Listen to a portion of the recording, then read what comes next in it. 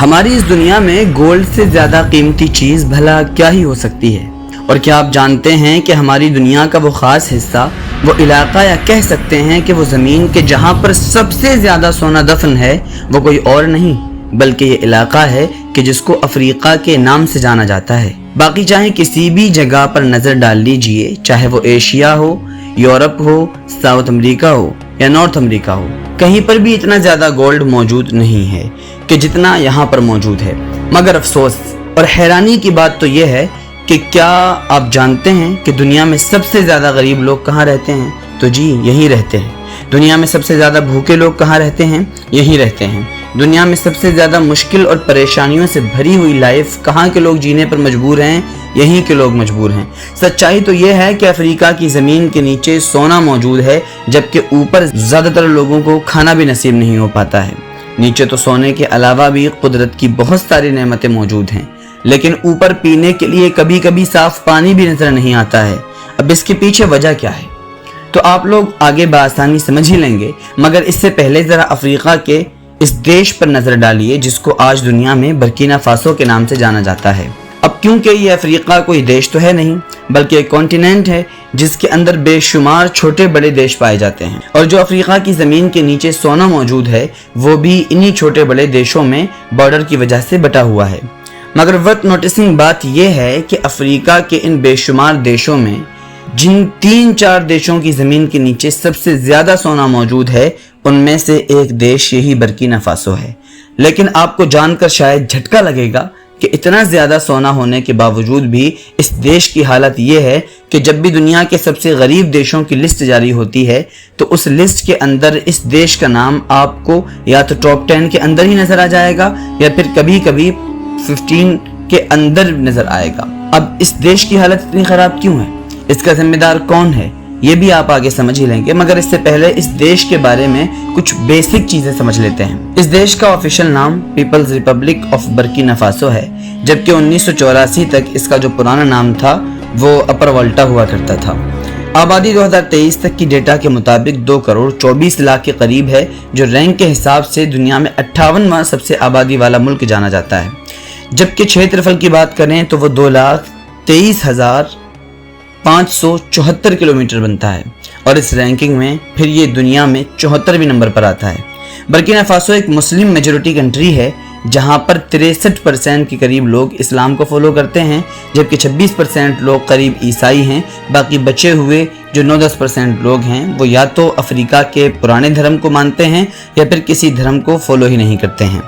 یہ ایک land lock country ہے، مطلب جس کی زمین کا کوئی بھی حصہ سمندر سے نہیں ملتا ہے، جبکہ اس کا جو بارڈر ہے وہ کئی دیشوں کے ساتھ ملتا ہے، جیسا کہ مالی، نائجر، بینکنگ، ٹوگو، گانا، اور اس دیش کی جی ڈی پی $20 بلین کے قریب ہے، جبکہ جو پر کیپٹا ہے، مطلب لوگوں کی سالانہ آمدنی، وہ بھی $88 کے قریب ہے، اور یہ دیش دنیا کی سب سے غریب دیشوں میں گنا جاتا ہے۔ یہ تو ہم پہلے ہی جان چکے ہیں، بلکہ رپورٹس بتاتی ہیں کہ یہاں کی جو 40% آبادی ہے وہ غریبی ریکھا سے نیچے زندگی گزار رہی ہے۔ مطلب لوگ غریبی کی وجہ سے صرف کھانے پینے کی چیزوں کے لیے پریشان ہی نہیں رہتے ہیں بلکہ کبھی کبھی مر بھی جاتے ہیں۔ جبکہ حیرانی کی بات تو یہ ہے کہ دیش میں ہمیشہ سے ہی ایک پولیٹیکل ڈسٹربنس رہنے کے باوجود بھی اس دیش کی زمین سے سالانہ لگ بھگ 60 ٹنز کے قریب سونا نکالا جاتا ہے، جس کی قیمت کتنی ہے یہ آپ امیجن بھی نہیں کر سکتے ہیں۔ مگر اس کے باوجود بھی اس دیش کی یہ جو بری حالت ہے، اس کے پیچھے ریزن یہ ہے کہ یہ دیش اور اس کے ساتھ ساتھ افریقہ کی زیادہ تر دیش پچھلی کئی صدیوں سے لے کر اب تک ویسٹ اور مینلی ویسٹ میں بھی فرانس کے ظلم کا شکار رہے ہیں۔ ان کی زمین کے نیچے دفن قدرت کی بے شمار نعمتیں، جس میں مینلی سونا ہے، وہ نکلتا تو ان کی زمین سے تھا لیکن اس کو لے کر فرانس جاتا تھا۔ مطلب سونا اور باقی نیچرل ریسورسز تو ان لوگوں کے ہوتے تھے، نکالنے کے لیے محنت بھی انہی لوگوں کی لگتی تھی، لیکن اس مال سے جو ترقی ہوتی تھی وہ فرانس کی ہوتی تھی۔ دوستو، برکینا فاسو افریقہ کا چوتھا سب سے زیادہ سونا پیدا کرنے والا دیش ہے، اور اس کی راجدھانی کا نام واگاڈوگو ہے، اور یہی وہ شہر ہے کہ جہاں پر سب سے زیادہ آبادی رہتی ہے۔ بات کریں لیڈر کی تو موجودہ دور میں اس دیش کے مین لیڈر کا نام ابراہیم تراورے ہے، جو پچھلے کچھ وقت سے دنیا بھر کے میڈیا میں کافی چرچاؤں میں بھی رہتے ہیں۔ انہوں نے 2022 میں ہی بمشکل 34-35 سال کی عمر میں اس دیش کی کمان سنبھالی، اور اس طرح سے یہ دنیا کے سب سے کم عمر راشٹرپتی بن گئے۔ لیکن ان کے مشہور ہونے یا پھر چرچاؤں میں رہنے کی وجہ ان کا کم عمر ہونا نہیں ہے، بلکہ ان کی طرف سے کیے گئے کچھ ایسے فیصلے ہیں کہ جنہوں نے دنیا کو حیران کر کے رکھ دیا ہے، کیونکہ اگر وہ واقعی سچ ہو جاتے ہیں تو یہ طریقے برکینا فاسو کے فیوچر اور اس کی قسمت کو پوری طریقے سے بدل کر رکھ دیں گے، اور پھر صرف اسے ایک دیش میں ہی نہیں بلکہ ممکن ہے کہ پورے افریقہ میں ہی وہ سب کچھ ہوگا کہ جو نہ تو پہلے کبھی ہوا تھا اور نہ ہی کسی نے اس کے بارے میں سوچا تھا۔ یہی ریزن ہے کہ اب لگاتار یہ قیاس بھی لگائے جا رہے ہیں کہ اگر ابراہیم تراورے اسی طریقے سے آگے بڑھتے رہے تو ممکن ہے کہ فیوچر میں ہم دیکھیں گے کہ وہ صرف اس پارٹیکولر دیش کے ہی نہیں بلکہ پورے افریقہ کے ہی ایک بڑے لیڈر بن کر ابھریں گے۔ مطلب دنیا ابراہیم تراورے کو ایک ایسے لیڈر کے طور پر دیکھے گی کہ جو پورے افریقہ کا لیڈر ہوگا۔ ابراہیم تراورے کے بارے میں رپورٹس بتاتی ہیں کہ یہ انسان بچپن سے ہی بہت زیادہ قابل اور ہوشیار تھا۔ 2010 میں مطلب لگ بھگ 22 سال کی ایج میں آرمی جوائن کی اور پھر دھیرے دھیرے بہت سارے مشکل آپریشنز میں فوج کو لیڈ کرنے اور اپنے آپ کو ثابت کرنے کی وجہ سے اس انسان کی جو رینک تھی وہ دھیرے دھیرے بڑھتی چلی گئی، اور 2022 میں کہ جب دیش کی پبلک کی سپورٹ کے ساتھ یہاں کی آرمی نے جو یہاں کی حکومت تھی اس کو جب گرایا تو اس فوجی بغاوت میں ابراہیم تراورے کا ایک کردار تو تھا لیکن وہ مین کریکٹر نہیں تھے۔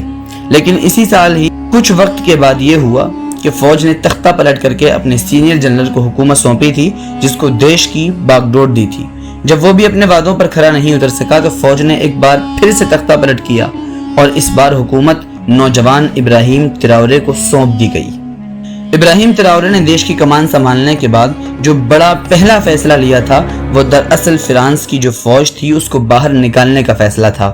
فرانس کو لگا تھا کہ ہمیشہ کی طرح یہ صرف ایک دکھاوا ہوگا اور اس نے شروع میں سیریس بھی نہیں لیا تھا، مگر ابراہیم تراورے نے تو 1 مہینے کی دھمکی دے ڈالی جس کی وجہ سے مجبوراً فرانس کو باہر نکلنا پڑا۔ دنیا دیکھ رہی تھی کہ ابراہیم تراورے نے وہ کر دکھایا کہ جو پچھلے کچھ دہائیوں میں کسی نے سوچا بھی نہیں تھا۔ اس کے بعد ابراہیم تراورے نے جو دیش کی نیچرل ریسورسز ہیں اور مینلی جو گولڈ ہے اس کے اوپر دھیان دیا اور اس طرح کے کچھ فیصلے لیے کہ کسی بھی طریقے سے برکینا فاسو کا جو گولڈ ہے وہ دیش سے باہر نہ جانے پائے۔ بار بار میڈیا اور لوگوں کے سامنے اس بات پر زور دینا شروع کیا کہ جو دیش کا گولڈ ہے اس سے ہمارے دیش کے لوگوں کو فائدہ ہونا چاہیے، دیش کا ڈیولپمنٹ ہونا چاہیے، نہ کہ باہر کی کمپنی یا پھر ان باہر کی کمپنیز کے دیش کا فائدہ ہونا چاہیے۔ ظاہر ہے صاف طور پر اس کا اشارہ صرف اور صرف فرانس کے اوپر تھا۔ گولڈ اور باقی نیچرل ریسورسز پر لگام لگانے کے بعد ابراہیم تراورے نے پھر افریقہ موومنٹ پر بھی کام کرنا شروع کیا، جس کا مین موٹیو یہی تھا کہ بار بار لوگوں کو یہ یاد دلانے کی کوشش کی جا رہی تھی کہ افریقہ کے پاس وہ سب کچھ ہے کہ جو کسی بھی علاقے یا کسی بھی قوم کی ترقی کرنے کے لیے چاہیے ہوتا ہے، بلکہ ہمارے پاس تو یہ چیزیں باقی لوگوں سے بھی زیادہ ہیں، تو ہم کو ویسٹرن طاقتوں پر ڈیپینڈ ہونے کی کیا ضرورت ہے؟ ہم کو اگر واقعی کوئی چیز چاہیے تو وہ صرف اور صرف ان طاقتوں سے آزادی ہے جو ہم کو کبھی نہیں مل سکی ہے، کیونکہ انہوں نے ابھی تک بھی ہمارے اوپر انڈائریکٹلی قبضہ کر کے رکھا ہے۔ مالی اور نائجر جیسے کچھ پڑوسی دیش کہ جہاں کے حالات بھی برکینا فاسو کی طرح ہی ہیں، مطلب جہاں کی ملٹریز نے بھی ابھی کچھ وقت پہلے ہی فرانس کی کٹ پتلی حکومتوں کا تختہ پلٹ کیا ہے اور دیش کی باغ ڈور اپنے ہاتھ میں لی ہے، وہ آلریڈی ابراہیم تراورے کے اس الاؤنس یا پھر اس مشن کا حصہ بھی بن چکے ہیں۔ یہ تینوں دیش فوج اور معاملات میں آپس میں ایک دوسرے کے ساتھ مل کر کام کر رہے ہیں۔ ابراہیم تراورے نے اب CFA فرینک نام کی اس کرنسی کو اپنے نشانے پر لے رکھا ہے کہ جن 2 چیزوں کے ذریعے سے ہی فرانس افریقہ کی زیادہ تر دیشوں پر اپنا انفلوئنس قائم رکھنے میں کامیاب رہتا ہے، اور جن 2 چیزوں کے ذریعے سے ہی فرانس ہمیشہ سے ہی ان سارے افریقن دیشوں پر راج کرتا ہے۔ بس نوٹسنگ بات یہ ہے